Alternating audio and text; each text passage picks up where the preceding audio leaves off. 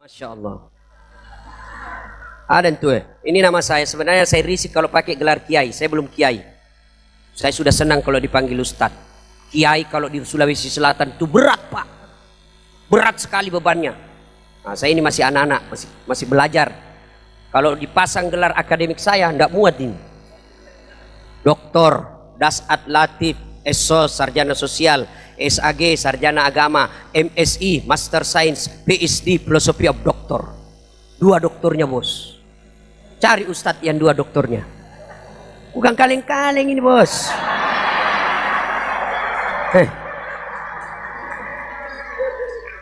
Ada orang 2 doktornya. Bukan barangkali doktornya 2-2, tapi di luar negeri 2-2-nya. Ada orang 2 doktornya, barangkali dalam negeri 2-2-nya. Saya 1 luar negeri, 1 dalam negeri. Waktu yang bersamaan. Semua orang bilang, tidak mungkin, bagaimana caranya? Saya juga bilang, iya tidak mungkin, tapi bisa. Kalau Allah yang mau, kecil buat Allah, kecil. Bukan saya sombong, saya kasih motivasi kalian. Dulu orang setengah mati cari kerja, saya negara yang langsung minta kerja ustadz, jadi dosen. Dicuri saya punya berkas, hilang berkas saya. Kalau Allah yang mau, justru diberikan SK khusus. Kalau Allah yang mau, kecil bos, jadi sarjana, kecil. Kecil itu lunas hutangmu, kecil. Allah cuma minta, perbaiki sholatmu. Pak, perbaiki sholat. Kecil buat Allah. Cuma masalah kita akan dipanggil, hayya 'alas shalah. Tunggu, lagi ada pembeli. Tunggu, lagi meeting. Tunggu, lagi sibuk. Sudah, sibuklah kau. Allah tinggalkan. Maka ibu-ibu, bapak-bapak nih, ada asam urat, kolesterol, ginjal, ke dokter kiri kanan tidak sembuh-sembuh, bukan dokter yang sembuhkan kalian. Siapa yang sembuhkan? Allah. Kalau dokter yang sembuhkan, mestinya tidak ada dokter yang sakit. Tapi demi Allah, berapa banyak dokter yang tidak bisa mengobati dirinya. Saya juga tidak pernah ketemu dokter yang hebat. Kenapa? Begitu saya ke dokter, saya juga yang kasih tahu penyakitku. Assalamualaikum Ustaz. Waalaikumsalam. Ada apa ini Ustaz? Mules-mules dok, mencret-mencret saya ini sudah 2 hari. Kenapa bisa? Dalam hatiku, ya urusanmu, kau kan dokter. Masa saya yang kasih tahu, apa gunanya?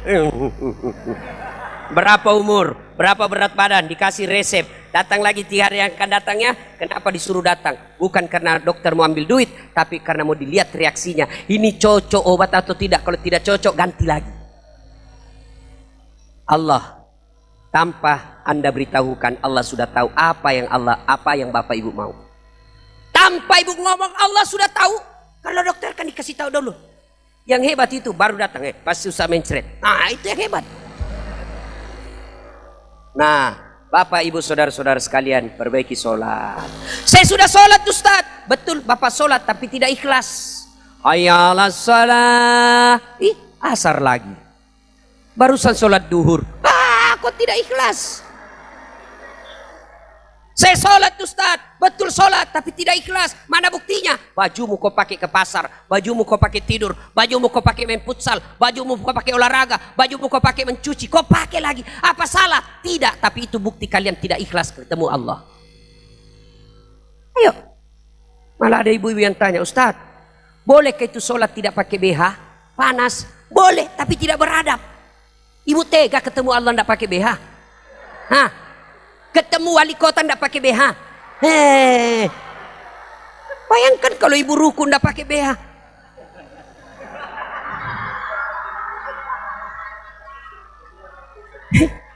Ayo, ada kakek-kakek nanya, Ustaz, boleh pakai sholat tidak pakai celana dalam? Boleh. Apa bapak ketemu gubernur tidak pakai celana dalam?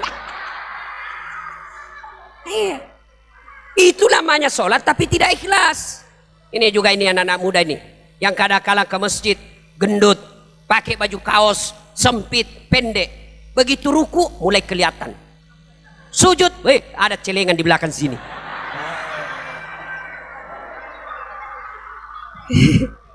Sholatullah ala toha. Salatullah salamullah ala yasin. Alhamdulillah. Saya sholat Ustadz, kenapa hidupku masih susah? Betul sholat tapi main-main. Sholat tidak seperti yang diajarkan Nabi. Allahu Akbar.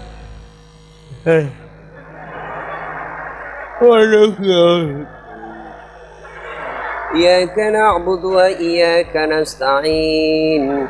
Ihdinas siratal mustaqim. Siratal ladzina an'amta 'alaihim ghairil maghdubi 'alaihim. Siapa ajar sholat begitu? Kau ketawa karena membayangkan diri sendiri. Ya.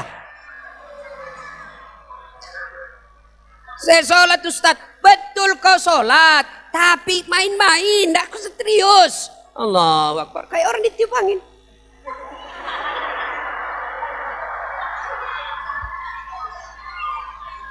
Hei. Kau sholat. Iya kau sholat. Tapi rasanya kau hina Allah di depan Allah. Hei dengar. Kalau kau kira-kira ketemu gubernur Anies Baswedan, lalu kau bicara, ya Pak, terserah Bapak lah. Pantas 30 tahun kau sholat, akhlakmu tetap buruk. Kenapa? Kau sholat tidak ikhlas ketemu Allah. Ayo evaluasi. Selesai maulid ini evaluasi sholatmu deh. Evaluasi sholat. Saya sudah sholat Ustadz, kenapa hidup masih susah? Tambah sholat sunnah. Sholat sunnah apa? Tahu saya yang repot-repot deh. Tengah malam agak berat. Itu hanya orang sufi dan tertentu yang bisa rutin.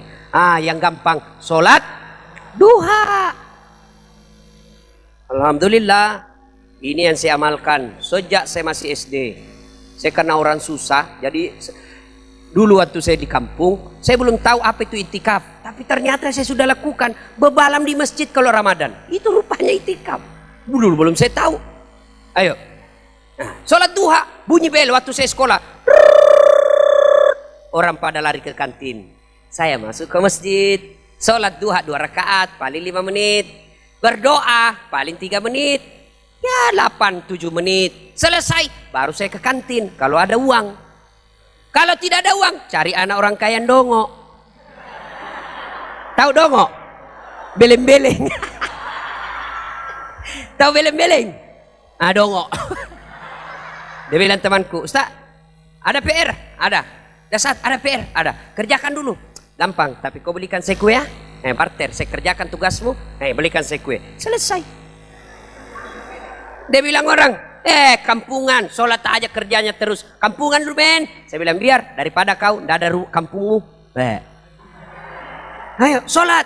Ibu-ibu, suami pergi cari nafkah. Ibu-ibu bayangkari, suamimu pergi cari nafkah. You tolong deh suamimu dengan sholat duha di rumah. Ya Allah, suamiku penegak hukum. Sangat gampang tergoda oleh kekuasaan. Bimbing dan tuntun suami saya Allah. Lindungi dari orang-orang yang bermaksud jahat kepada. Ya Allah, jika rezekinya masih di atas langit turunkan. Jika masih dalam tanah munculkan. Jika masih jauh dekatkan. Jika masih dicukupkan. Yang paling penting ya Allah berkahkan. Sudah itu kau WhatsApp suamimu. Bang, jangan menghalalkan segala cara. Saya istrimu di rumah selalu berdoa untuk kemudahan. Ya Allah, saya selalu berdoa untukmu bang. Salam sayang selalu dari rumah. Senang. Pernah WhatsApp begitu istri, suami? Paling SMS-nya, jangan lupa singgah beli gas. Masya Allah. Ayo dek, sholat duha. Gampang. Saya tidak tahu niatnya Ustaz. Niat bukan bahasa mulut. Niat bahasa hati. Begitu kau bangun pagi, ada dalam hati. Saya mau sholat duha nanti jam 9. Itulah niat. Tanpa kau ucapkan. Mau ucapkan bagus. Tidak ucapkan tetap sah. Sholli sunatal duha. Raka'ataini lillahi ta'ala. Allahu Akbar. Bahasa Indonesia. Saya niat sholat sunnah duha. 2 rakaat sunnah hukumnya bagi saya lillahi ta'ala. Allahu Akbar. Itu juga tidak hafal. Ambil jalan pintas. Berdiri tegak. Menghadap kiblat. Baru kau bilang begini. Tuhan, saya sholat duha ya. Allahu Akbar. Boleh. Boleh bu, boleh. 2 rakaat berikutnya ulang lagi. Tuhan, masih seperti yang tadi. Allahu Akbar. Betul. Bapak-bapak pernah lihat orang pergi tanah suci? Bapak-bapak yang pernah ke tanah suci, lihat orang Arab kalau masuk masjid. Lihat orang Arab kalau masuk masjid, jalan-jalan-jalan. Allahu Akbar. Langsung takbir kan? Kalau kita kan lama dulu.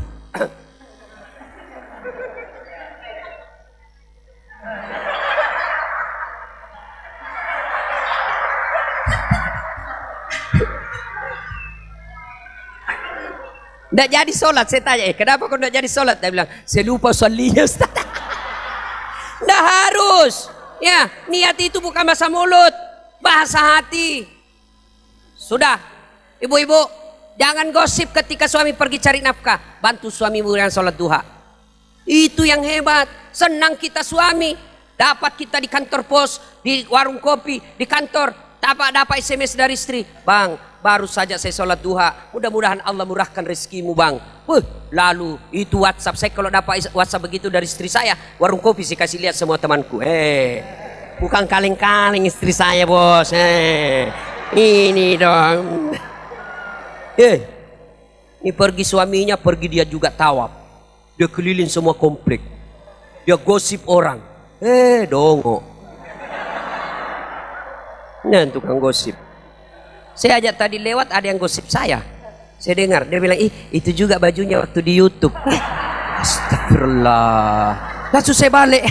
Dasar tukang gosip. Salatullah mullah ala toha. Salatullah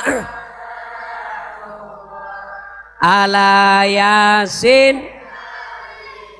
Alhamdulillah. Ustaz, saya sudah sholat sunnah. Jangan puas sampai di situ. Yuk sholat berjamaah di masjid.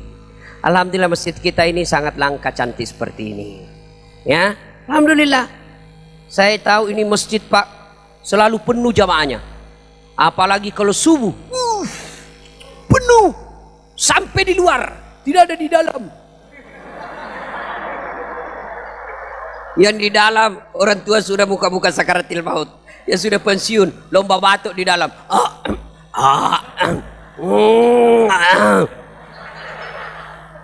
Kenapa orang malas ke masjid? Dengar, adik-adik, dari muda kau pelihara deh salat jamaah. Tidak ada orang sengsara hidupnya gara-gara rajin salat jamaah. Tidak ada. Tidak mungkin. Masa Allah sengsarakan hidupnya orang yang baik sholat jamaahnya? Kenapa dia ditangkap KPK? Terlalu rajin sholat berjamaah Ustaz. KPK aja tidak mau tangkap orang yang rajin sholat jamaah. Mana masa Allah mau sengsarakan hidup kita? Maka dedek dari kecil kau biasakan sholat jamaah. Kenapa orang malas berjamaah ke masjid? Satu, karena dia tidak lihat pahalanya. Coba kalau Allah umumkan, takmir ketua yayasan umumkan, siapa yang datang sholat berjamaah subuh diberikan beras 50 kilo, pulsa 200.000. Jam 4 sholat subuh, jam 10 malam sudah penuh. Kenapa? Karena dia lihat pahalanya. Yang kedua, kenapa orang malas berjamaah ke masjid? Karena dia tidak tahu pahalanya. Dengar ini, motivasi buat kita. Kata Nabi, siapa yang wudhu lalu dia ke masjid berjamaah, kaki kanannya melangkah, 1 pahala. Kaki kirinya melangkah, hapus dosa kecilnya. Rumah bapak ke masjid 300 meter, PP 600 meter. Berapa langkah kaki PP itu? Kaki kanan 1 pahala, kaki kiri gugur dosa kecilnya. Berapa langkah kaki? Apalagi kalau ibu melangkah begini. Berapa langkahnya itu? Mutar lagi ke lapangan bola.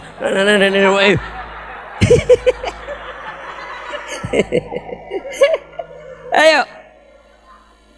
Yang kedua, pahala berjamaah. Kata Nabi, kalau kalian wudhu dulu, lalu kalian ke masjid, semua materi yang kau lewati, pagar, tembok, aspal, dinding akan jadi saksi. Ya Allah, jangan kau masukkan dia neraka, masukkan dia surga. Saya saksinya. Datang sholat subuh berjamaah tanggal 2 Desember 2019 di Masjid Darussalam. Itulah sebabnya kalau kita sholat, setiap 2 rakaat pindah lagi tempat, 2 rakaat pindah lagi. Supaya apa? Tambah banyak saksinya di akhirat kelak. Itulah sebabnya juga diajarkan oleh Nabi. Kalau kalian ke masjid, usahakan jalanmu waktu pergi beda dan jalan waktu pulang juga beda. Makin banyak saksimu. Yang juga salah paham. Teman-teman sudah dengar begini? Dia keliling dulu di lapangan. Baru dia ke Bogor. Baru selesai sini. Selesai masjid, salat baru kau datang. Beling-beling. Apalagi kalau besi, kalau hujan, basah baju, gerimis, basah baju. Baju yang basah itu melindungi kalian agar tidak disentuh oleh api neraka. Makanya kalau basah bajumu, tidak usah kau cemas. Itu nanti akan melindungi kalian. Jangan juga salah paham bos. Teman-teman sudah dengar begini menjadi pelindung api neraka, dia tunggu hujan keras. Begitu hujan keras dia buka payungnya jalan. Beleng-beleng. Apalagi keutamaan berjamaah lipat 27 kali. Artinya apa? 1 kali sholat jamaah di masjid, 27 kali kalian sholat di rumah baru sama pahalanya. Apalagi keutamaan sholat berjamaah di masjid. Masjid insya Allah lebih khusyuk. Insya Allah kau tidak perlu lagi cemas, saya sudah tahiyat atau belum, ini sudah 2 atau 3, ini 4 atau 3. Kalau di rumah kan susah, ini saya sudah tahiyat atau belum nih, 3 atau 4 nih. Begitu kita lagi sholat bunyi lagu dangdut, kita terbawa arus. Ini lagu juga kadang-kala yang merusak anak-anak kita ini. Lagu zaman saya kecil kan lagunya bagus-bagus. Mengapa minuman itu haram? Karena merusak kepikiran. Mengapa berzina juga haram? Karena itu cara binatang. Mengapa semua yang asik-asik itu diharamkan? Mengapa semua yang enak-enak juga diharamkan? Jawabannya itulah perangkap setan. Umpannya ialah bermacam-macam kesenangan. Itu lagu dulu nasihat. Katakan Tuhan itu satu. Ibu-ibu juga lagunya bang. Insaflah wahai manusia. Itu lagu-lagu dulu memang nasihat. Sekarang lagunya anak-anak apa? Pulang-pulangku berbadan 2.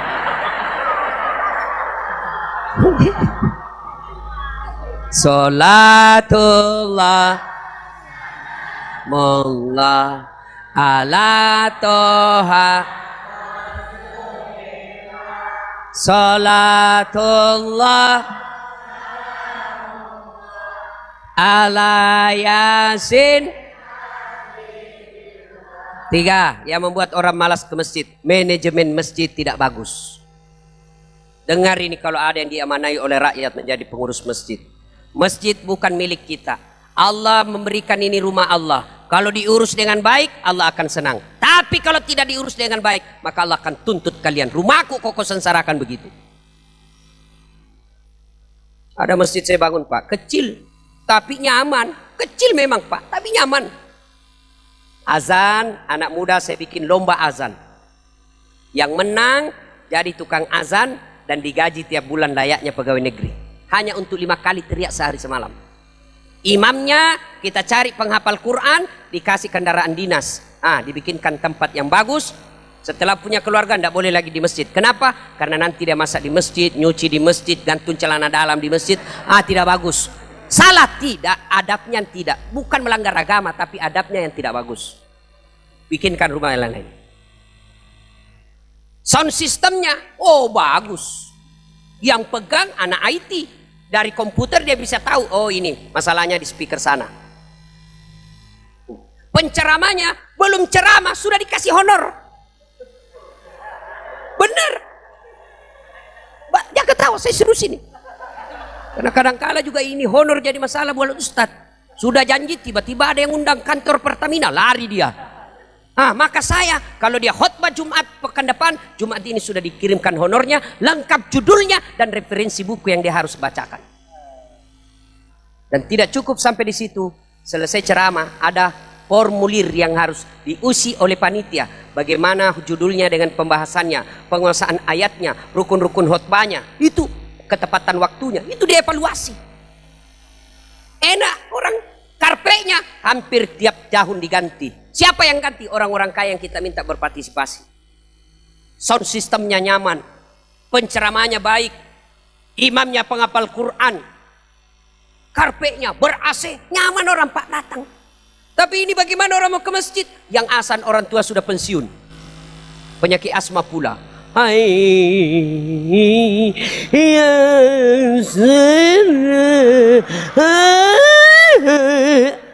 Dia bilang, itu lagi orang tua yang ngasan itu bikin jengkel.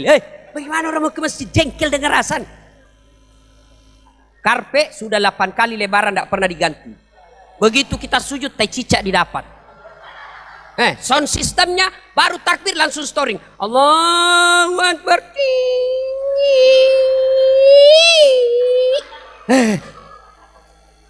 Dapat lagi penceramah mulai salam pertama sampai terakhir neraka jadi cerita. Kamu bakal dimasukkan dalam neraka, dibakar linggis, ditusuk masuk pantatmu, digunting lehermu. Dia bilang anak muda, dia bikin takut. Nggak usah ke masjid, bikin takut itu masjid. Bagaimana anak-anak? Di kantor kita sudah penat, di rumah dimari-mari sama istri, datang ke masjid mudah-mudahan dapat penceramah, neraka aja akan dibakar, dibanting, dilipat. Wah, apa enaknya nih? Dapat lagi imam yang membalik-balik sunnah Nabi. Kata Nabi, kalau kau jadi imam ringkaskan bacaanmu. Ini baca juga imam tidak tahu membalik sunnah Nabi. Kalau dia jadi imam, bacanya yang panjang-panjang. Kalau dia sendiri kul-kul, wadduha, kul huwallahu ahad, wal asr. Itu aja dia baca. Kali jadi imam, mulai mau takbir lama memang.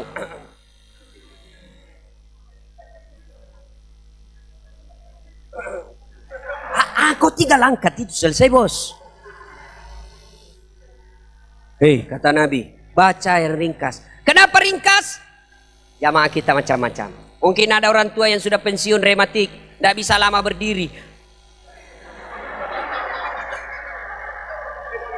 Naik lagi kepalanya. Parkinson. Mungkin ada Satpol PP yang pakai sepatu baru, cicilan belum lunas, lupa singgol baik-baik, panjang bacanya. Hilang sudah sendal saya itu. Wih, lama betul. Mungkin ada ibu-ibu yang mau kentut. Maka kata Nabi, kalau kau jadi imam, ringkaskan bacaanmu. Yang kedua kata Nabi, kalau kau jadi imam, baca yang umumnya orang hafal. Tujuannya apa? 1, supaya orang bisa khusyuk ikut. Coba kalau imam baca wadduha, kita bisa ikut. Imam baca kul huwallahu ahad, anak-anak sekolah yang masih kecil juga ikut. Kul huwallahu ahad, Allahu samad. Karena dia hafal. Begitu imam membaca surah Al-Baqarah ayat 18 sampai 107. Dia khusyuk dengan bacaannya, kita khusyuk dengan hayalan. Kita mau ikut, tidak dihafal, mau ruku, belum selesai, terpaksa kita baca semua di dinding masjid. Keadaan keuangan Masjid Darussalam, pemasukan Jumat yang lalu, bayar listrik, pembelian cat, pembenahan keran air, semua dibaca. Belum selesai, baca lagi itu apa, kalender lagi dibaca. Persatuan Guru Republik Indonesia cabang Jakarta Barat, belum selesai, bajunya lagi orang dibaca. Caleg DPR RI nomor urut 7 dari Partai Golkar, semua dibaca. Siapa yang salah? Imam. Maka kata Nabi, ringkaskan. Ini ada kejadian. Saya lagi sholat asar, waktu itu masih SMP di kampung. Tiba-tiba lama sekali imam sujud. Kenapa lama betul ini imam sujud? Tidak seperti biasanya. Tiba-tiba kawan saya diangkat kepalanya. Hilang imam. Ternyata yang ditunggu sudah tidak ada di tempat. Ternyata dia keluar dari samping. Kacau sholat, bubar. Selesai sholat ditanya, Pak Imam, kenapa ditinggalkan saf? Dia bilang, saya kentut nak.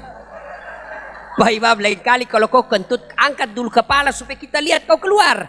Dia bilang, saya sengaja nak, karena saya malu kau lihat saya. Kacau.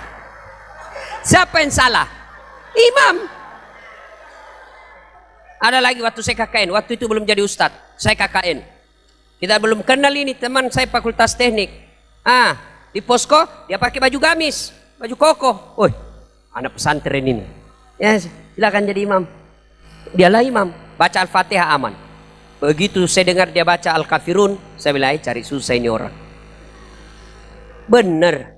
Wala antum abiduna ma'abud, wala ana abidum ma'abadtum, wala antum abiduna ma'abud, wala ana abidum ma'abadtum, wala antum abiduna, wala ana. Mutar-mutar dia. Ini kawan saya jengkel yang di samping saya, dia bilang, "Woi, kenapa itu putar-putar tidak mau sampai?" Dia bilang, inilah juga kupikir. Siapa yang salah? Siapa salah? Imam. Maka hati-hati milih imam. Ya, kalau salah milih imam, sab kita. Salah mimpin ketua yayasan, kacau masjid. Salah memimpin imam, kacau masjid. Kalau makmum siapa saja boleh jadi makmum. Mulai dari orang paling cerdas sampai orang paling beleng-beleng boleh jadi makmum. Mulai orang paling dewasa sampai yang belum balik boleh jadi makmum. Imam tidak boleh, hati-hati, tidak boleh sembarang. Pun kalau kita jadi makmum ada adab dan etikanya. Kalian kalau jadi makmum jangan di belakang imam kalau bacamu pas-pasan. Itu ada adabnya. Saya jadi imam, maka di belakang saya sebelah kanan itu orang yang minimal sama bacaan saya. Kenapa? Karena kalau salah imam dia yang bertanggung jawab maju ke depan. Ada etikanya. Kemudian apa? Kalau kau takbir jangan kau merasa paling hebat dalam masjid. Ada juga orang takbir Pak, kayaknya dia paling soleh dalam masjid. Dia ganggu kita. Allah. Wah, kau ganggu orang bos. Jangan lupa pakai pengharum ketek. Kau takbir Wah. Ada juga orang baca kau baca surah pendek dan Al-Fatihah, jangan kau ganggu telinganya orang. Ada orang baca Al-Fatihah kayak dia aja sendiri dalam masjid. Oh, kayak mau dia gigit telinga kita. Alhamdulillah malik. Ya kan. Ya, ini lagi yang paling sering dikeluhkan orang. Ini kaki. Kasih pindah lagi. Kasih pindah lagi. Pernah ada apa begitu? Pernah? Saya sering. Saya kasih pindah lagi. Dia kasih pindah lagi. Selesai sholat, dia tanya, kenapa diinjak kakiku Ustaz? Kok ganggu saya? Ini kenapa kau kasih rapat? Supaya sap rapat Ustaz. Dek, kalau sapmu mau rapat bukan kakimu kau kasih rapat, tapi apa? Nih, bahu. Karena tidak semua orang senang disentuh kakinya. Saya kalau disentuh kakiku, saya pikir kaki saya. Akhirnya terpikir saya kasih pindah. Ternyata dia pindah, dia kejar saya punya kaki. Boleh jadi kakimu rapat tapi sapmu tidak rapat.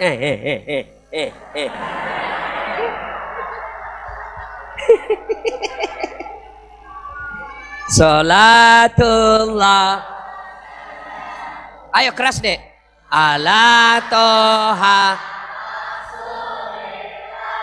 Salatullah, salamullah, ala yasin.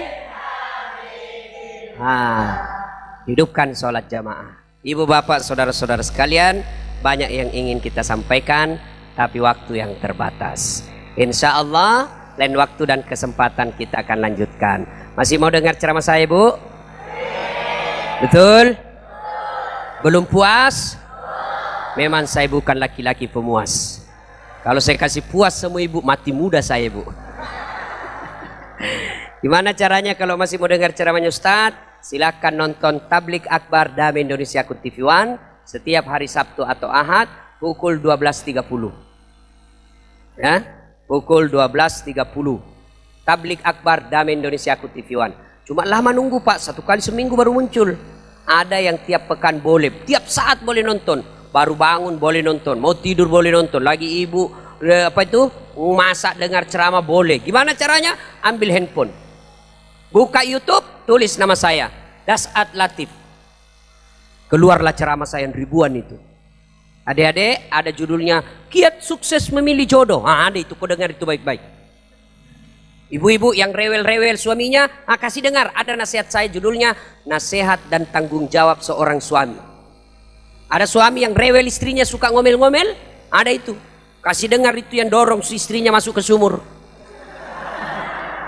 Pernah dengar ceritanya? Nah, karena ada ibu-ibu ngomel aja kerjanya.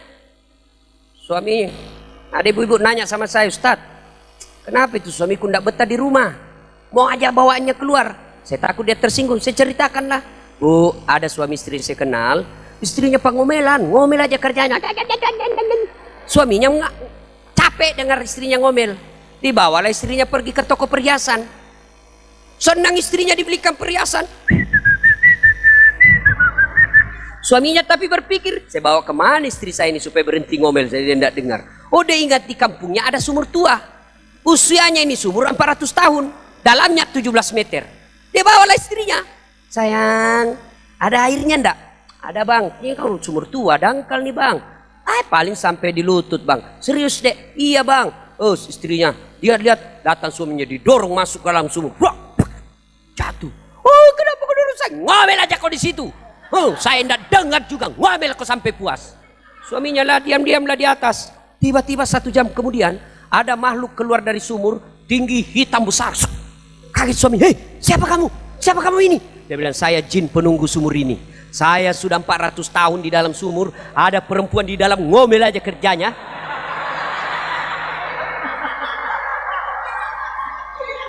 Wih, baru 1 jam di dalam, dia usik saya 400 tahun, lebih saya lari. Bu, jin aja enggak betah. Apalagi suamimu yang sudah pensiun. Bagaimana kita laki-laki enggak sakaratil maut? Pulang muka istri jelek, buat makan kuacing. Nonton angka keteknya menguap. Bagaimana kita tidak cepat mati? Kan enak juga kalau kita pulang ibu, kau sambut dengan senyuman sambil menyanyi. Bila kamu di sisiku, hati rasa sahdu. Woi, tenang kita laki-laki. Wah, nggak rugi saya capek-capek cari uang ini. Begitu suami lagi marah-marah berantakan rumah, ibu peluk lagi dengan baju seksi dari belakang, lalu menyanyi lagi. Insaplah wahai manusia. Oh, tenang. Ya mentang-mentang juga suaminya sakit, sudah tua senja, dia usap-usap rambut suaminya di atas pahanya lalu menyanyi.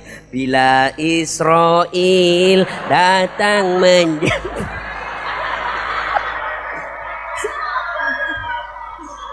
Salatullah salamullah ala toha rasulillah. Salatullah salamullah sin habibil.